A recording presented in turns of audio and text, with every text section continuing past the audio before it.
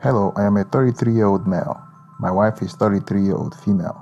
Almost a month ago, my wife admitted to having a drunken one-night stand with two random men we met while on a heavy night of drinking during our extended stay in Europe.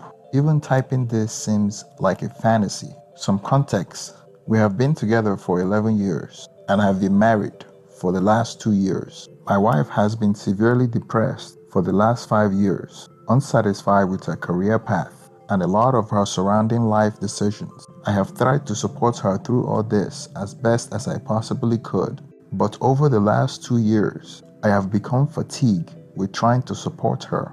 During this period, she has heavily relied on alcohol to escape her problems. I think we were definitely in a bit of a rut with our relationship during this time. We sought out couples counseling who encourage us to chase our dream life together, to reignite our zest for life in our relationship. My partner always had dreams of moving overseas for a period, so after some convincing, I decided to support her on this and take a year off from my career to do a working holiday with her overseas. I knew financially this was a bad idea, but she has backed my career in the past and moved to other parts of my country to support my work endeavors. So I went along with it willingly to support her. To cut it short, 4 months into this venture, her depression only deepened. We went out for dinner one night and met up with some tourists from the States. I ended up getting extremely drunk with them. They were three guys and one girl. They bought us a few drinks and were very friendly. At the end of the night, they invited us to an after party at their Airbnb. I remember being at their Airbnb and we started eating pizza and playing a board game. Somehow the board game became a truth and dare. I remember going to the bathroom, and when I came out, I saw my girlfriend making out with one of the men. I wanted to flip out in anger and pounce on the guy, but everyone calmed me down, saying that it was just a game. My wife said it was a game. It was all fun and games to them, but not for me. I just saw the woman I love getting tongued down by a guy we met a few hours ago. I told her that it was time to leave, and we went home immediately. I got an Uber, and it was an awkward drive home, and she apologized and told me that it was just a game, and the alcohol made her do it. When we got home that night, I immediately passed out. I woke up around 4 a.m. and found out that my wife wasn't sleeping next to me. I thought she was in the bathroom, so I went to the bathroom to search for her, but she wasn't in there. I thought she was in the kitchen, so I didn't bother looking. I went back to bed to go to sleep, but before I did, I went to check my phone. But my phone wasn't where I left it. That was when I fully awake to find out what was going on. My phone is missing, and my wife is missing. Maybe she was checking my phone in the kitchen, I thought. I went looking for my wife in the kitchen, and she wasn't there. I went to the backyard, and she wasn't there either. I started to panic. I thought maybe I was dreaming. My mind was all over the place. What happened to her? I even looked under the bed. I couldn't call anyone because my phone was missing. I went to the closet to see if anything is missing, but nothing. I went outside to look around, to get my neighbors involved, but it was too early in the morning. I waited at the front of our apartment till about 6 a.m. I was knocking on my neighbor's door when my wife pulled up in an Uber. My neighbor came out and I apologized to him. I went to my wife and asked her where she was coming from and that I've been worried sick and waiting up for hours. She told me that she forgot her phone at the Airbnb and used my phone to get an Uber. She said she didn't want to wake me up because I was deeply asleep, so she decided to go alone. I asked her why she took too long, as the place is only about 15 minutes away. Her first lie was that she got tired and fell asleep there. When she knew I wasn't buying it, she changed her story to one of the guys hid her phone and asked her to stay till morning, otherwise he wouldn't give it to her. When I told her that I would go back there and kick his arse, she changed her story to she wanted to stay because she was tired and she wasn't forced to stay. I told her that I know she was lying and I wanted her to come clean on what happened. Otherwise, I would go back to the Airbnb and confront them myself. She then revealed to me that she made out with him repeatedly that night, and he may have touched her downstairs, but she can't remember. At this point, I knew something had happened, and she's going to continue trick-or-truthing me, and I wouldn't be able to find out the complete story.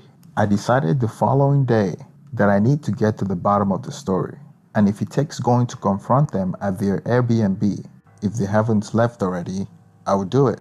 She tried to stop me, but I took an Uber back to the Airbnb to find out what went on. When I arrived, I looked for a wooden branch from a tree that I found around the corner to protect myself. Then I knocked on the door.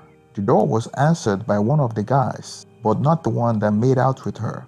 He tried to force the door shut after he opened it, but I was quick enough to push the door back and forced it open and threatened him with the stick. I demanded answers. Even though my wife didn't admit to excess, I presumed that she had excess and demanded why his friend forced his way on my wife. He became defensive, telling me that my wife forgot her phone and told them that I allowed her to come back to get it alone. From what he admitted, my wife not only had excess with the guy she made out with, but she also had excess with both men at the same time. She told me he insisted that they didn't force her.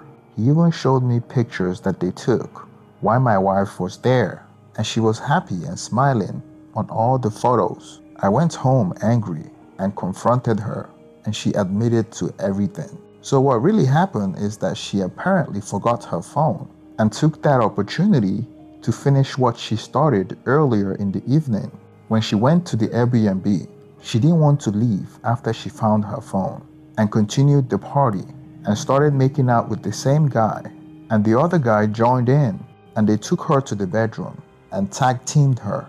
The third guy and the girl were in a relationship, so they didn't take part in any of the shenanigans. She apologized and told me that it was the alcohol. I reminded her that she can't use the same excuse twice. I was in a really tough spot financially because I traveled all the way just because of her career. I was just so stunned at this. We have what I consider to be a very happy and healthy relationship. We are each other's bedrock, who supported each other through our good times and bad times, generally with a smile on our faces. She tells me it has nothing to do with her love for me or wanting to end our relationship. She said she's just so depressed that she wanted to escape herself for a moment, relieve her past of being young, single and carefree. She's so regretful and distraught, and she wants to do anything to show that she can rebuild us.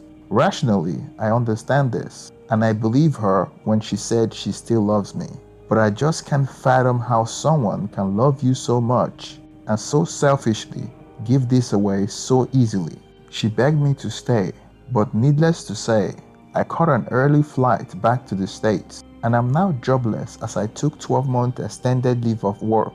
We have one vehicle, and it's registered in her name, but I have no apartment or place to go here in the States, and I am sleeping in a blow-up mattress at my mom's house. I feel worthless and betrayed. I sacrificed so much to support her in this overseas move, and the worst part is, I don't feel like I can open up to my family about what actually happened because I'm not ready to share it yet. Strangely enough, I feel like sharing it with strangers on the internet. We spoke on the phone the other day because I told her that I was going to file for divorce. I planned on telling my family, and she had begged me not to because she knows how harsh my family are and that they will never forgive her if they find out. I don't know if I want advice or guidance. I think I just want to be heard, as I feel I can't express what truly happened to many people in my life right now. I want to organize personal therapy ASAP because I feel like I have lost a huge part of me. I am ready to give up my old life, the life that I thought I shared with the love of my life, and I feel like I'm grieving so hard for our future also. She got a flight home after I told her that I was filing for divorce. She was trying to convince me that she would go to therapy and work on a whole range of personal issues, including the alcohol abuse. She's fully aware that she had made a mistake and takes personal responsibility for her actions. We do not have children, but we do own a house together. We took time in our 20s to study, travel, and work in various parts of our home country before settling down. Family planning was something we both wanted to do, and we were going to take our time figuring about starting a family. But honestly, we had other priorities, such as more fully establishing our careers and saving for our dream property. I think we can all agree that each people do things differently, and some people prioritize marriage, a house, and kids, etc., more than others. I was already mad about the kiss. Then she made a conscious effort to go back and excavate everything by effing not only one, but two guys. That's the part that kills me the most. Even if she was wasted, she made a conscious choice to go back. There is no coming back from this. No amount of therapy can fix this. I keep reliving that in my head, and it's effing me up. In regard to STD testing, I haven't engaged with her sexually in a way since that night. Even revealing just the initial kiss was enough to not make me want to go there. I am getting checked today for any STDs. I was thinking about asking her if she cheated on me before, because you can't just sleep with two guys at the same time as your first affair. But what's the point? We will be divorcing anyways. I often read posts from other people's infidelity stories, and I understand why people just stay and work things through. I do not think it's a black and white as she cheated, forget her forever. I think every person's story should be taken by case-to-case basis. But I know that I can't trust her ever again, and the image of her sleeping with two men will be hard to erase from memory, even though I wasn't there when it happened. I saw pictures of her with two men together. I will need some alone time to reassess my entire life, because it would be hard to get over life without her. We have been together for a very long time. She had tried to meet up with me, but I am committed to ending it. What have been everyone's experience with divulging the cheating to friends and loved ones? I feel so sick lying to people about the details of what actually happened, but I feel like telling everyone I'm close with is shameful to me, not just her. It just annoys me that I have to tell a watered-down story of why I decided to have a break and why we decided to come home early from this massive overseas venture. Thanks everyone. I appreciate all the wisdom. I haven't been on here lately. Even the thought of reading this stuff just brings up memories of the incident, which is too hard to bear right now. I have been in for therapy, and I have been able to confide all the details of what happened to an emotional intelligent friend of mine, which was such a relief. Every day just sucks though. Nothing works as distraction. I cannot sleep at all. I find myself just passing out from sheer exhaustion rather than actually falling asleep. But in my hometown at my mom's house sucks. Makes me feel like I'm a teenager again. I know I just need time to process everything, but this is the early stage. It's just so rough. So here's my reaction to this. I don't think it's always a good idea to relocate because of the interests of the wife or the girlfriend or the fiance, unless she's making significantly more than you, and even then, it's an if. It's a very tricky situation because it shows that she is the dominant part of the relationship, and in the relationship, it tends to shift the dynamics of attraction. Not for all relationships, but most. Maybe there's an exception, but normally it doesn't end well, especially when there are kids involved. I'm sure you guys have heard about a lot of stories on this channel where you have a stay-at-home dad and the mom is working and she built up resentment because of it, and then she started having an affair, physical or emotional, with a coworker. That happens all the time when you have a stay-at-home dad and a provider mom, which I understand what the original poster was trying to do. He's trying to make his wife happy, but instead of finding the real reason why she was happy, he decided to move with her to another country. And then when they got to the country, she still wasn't happy, and she ended up cheating on him. Well, good thing that he decided to get a divorce. It's not always easy, especially having spending that much time with someone in a relationship.